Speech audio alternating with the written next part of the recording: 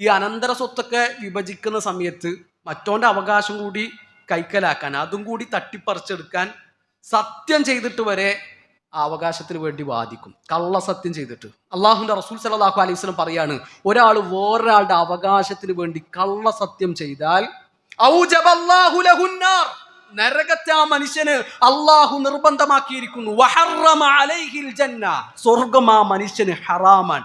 ഈ ഹദീസ് കേട്ടപ്പോൾ ഒരു സ്വഹാബി ചോദിക്കുകയാണ്, വ ഇൻ കാന ശൈഅൻ യസീറൻ യാ റസൂലല്ലാഹ്, അള്ളാഹുവിന്റെ റസൂൽ അതൊരു ചെറിയ സംഗതിയാണെങ്കിലോ? നബി സല്ലല്ലാഹു അലൈഹി വസല്ലമയുടെ മറുപടി എന്താണ്? വ ഇൻ ഖദീബൻ മിൻ അറാഖ്, അതൊരു അറാഖിന്റെ കൊള്ളിയാണെങ്കിലും ശരി. ഞാൻ അറബികൾക്ക് എന്താ അറാഖിന്റെ കൊള്ളി?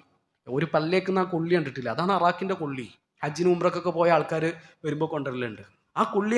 അറബികൾക്ക് എന്ത് വിലയാണ് അതിനുള്ളത്? ആ അറാഖിന്റെ കൊള്ളിയാണ് ഒരു മനുഷ്യൻ കള്ളസത്യം ചെയ്തിട്ട് കൈക്കലാക്കിയത് എങ്കിൽ അവൻക്ക് നരകം നിർബന്ധമാണ്.